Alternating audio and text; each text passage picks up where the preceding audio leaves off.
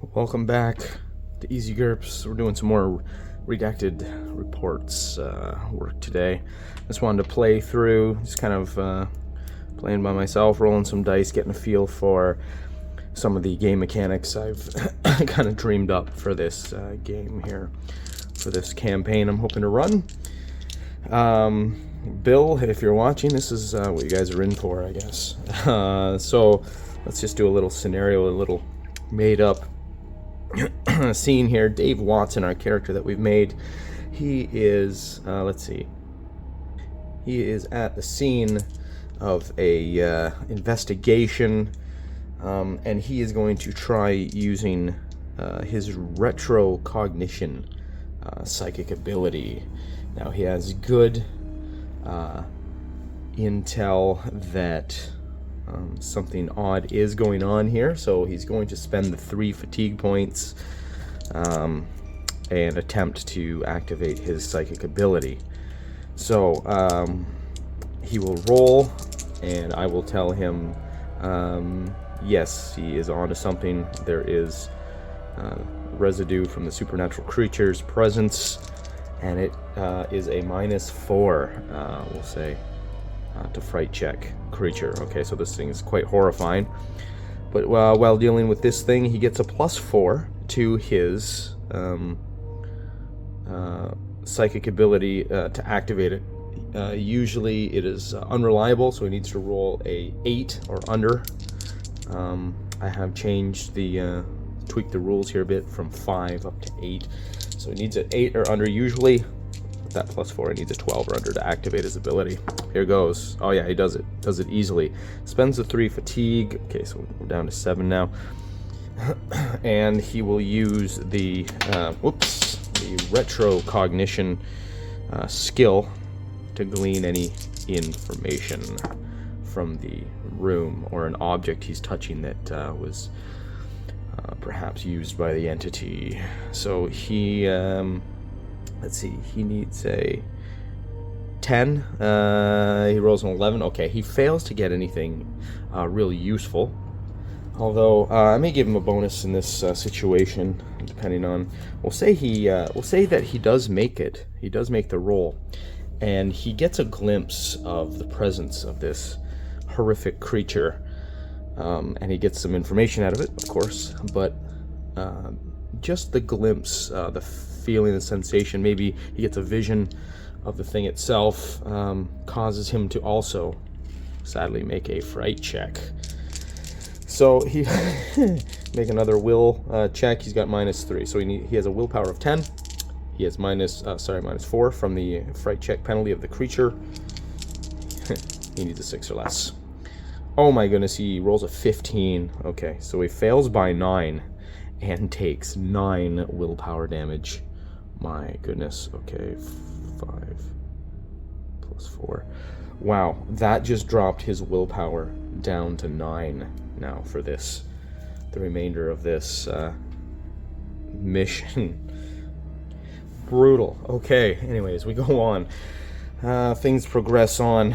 He now has some information. Dave Watson will, maybe he ends up in the library doing some research on, some ancient entities or supernatural. He does his, we'll say he makes a research check, and he gains knowledge about exactly what this thing is, what it does, and what it can do to a human, and this frightens the daylights out of him. So here we would roll a IQ check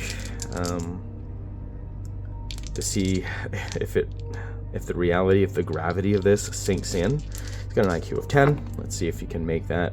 He rolls it right on. Good. Okay. So he doesn't take an additional penalty to his now fright check roll. The idea being, the more you grasp the implications of these mind-bending entities, the harder your following fright check will be. So he needs now to make a fright check under his willpower of 10. It's now been reduced actually down to 9. He's got the -4 from the fright and fright penalty on the thing.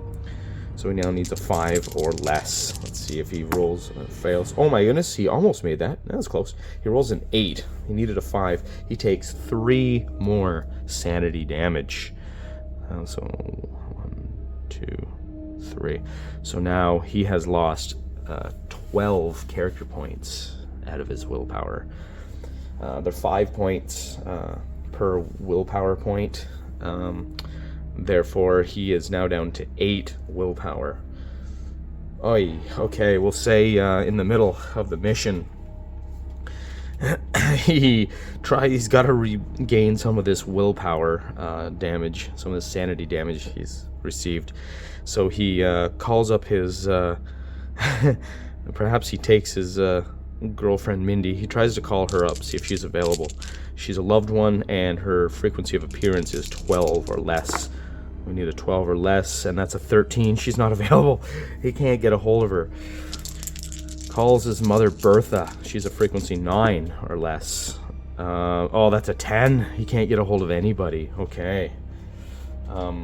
Let's say for purposes of this, he does get a hold of his mother Bertha. He will maybe take her to her doctor appointment, and on the way they engage in, an argument. Current affairs. We'll just say it's an argument of some sort. We won't bother role-playing that out. We'll just make a contested IQ roll between the two. She being a loved one, a 50% dependency. Her target number will be half, a 50% of Dave Watson. So he needs to make an IQ roll. We'll say 10 or less.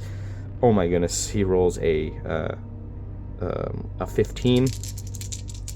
And his mother Bertha needs to roll a 5 or less. Well, she didn't fail by that much. She did fail. She fails by 3, and Dave Watson fails by 5. So she actually wins the argument and just takes the pee out of poor Dave. So his attempt to, at the expense of his relationship with his mother, gain back some sanity, some willpower character points, he actually loses the argument and loses an additional 3 points. Oh man, that's bad. An additional 3 points of willpower. It's a total gamble when we do these things, and that will put his mother up to a 75% dependency now, as she's becomes a little more self-sufficient, kind of. Well, she thinks she is, anyways, for the points of dependency value to Dave Watson. That's okay. It's give and take. He lost character points this time, but next time she is a better dependent, so he can draw more points out of her, I guess, is what that amounts to. Okay, so Dave Watson is a hurting unit at this point. He's going crazy slowly.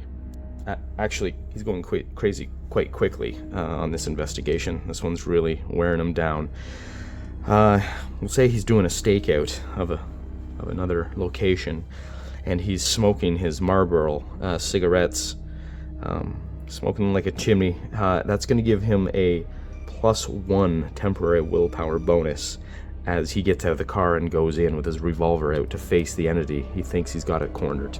So his willpower goes from 7 back up to 8 temporarily for this scene. He will suffer -2 on the following scene, but hopefully he can get out of this kind of situation after this scene. Here goes. He does encounter the entity face to face with his revolver out. He immediately has to make the fright check. Okay, he's got a willpower of 8. He suffers a -4 because of the thing's disgustingness. So he needs a 4. He fails by 5, giving him 5 more sanity damage. 1, 2, 3, 4, 5. His willpower is now reduced by 4, so he's down to 6 +1, so 7 for the rest of this scene. And he takes a -5 on all skill checks. until he makes that fright check. So this first turn, he pulls up his gun, his pistol. He's got an old 38 special revolver shaking in his hand. He takes a shot and gets a -5. He needs to hit a 11, -5 because he's so shaken up, and he misses. On the next turn, he will retry his willpower save to shake off that -5 fright penalty. But he's got to roll under a 7. His willpower has been so eroded. No, the -5 stays with him. Pulls up his shaky pistol again. All-out attack this time. I don't think he'd actually probably do that. And misses again horribly.